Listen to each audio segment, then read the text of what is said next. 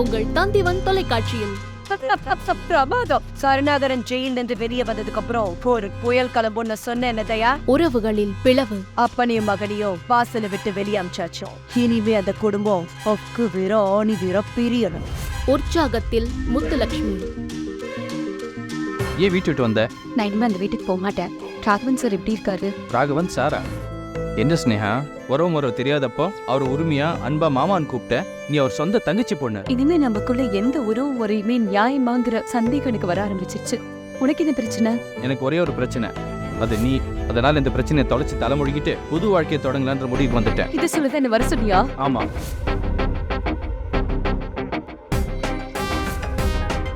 ஸ்னேகாவை ஏற்றுக்கொள்வாரா Raghavan?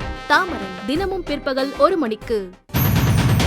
Catch us on TV, Thandivan app, thandivan.com and YouTube.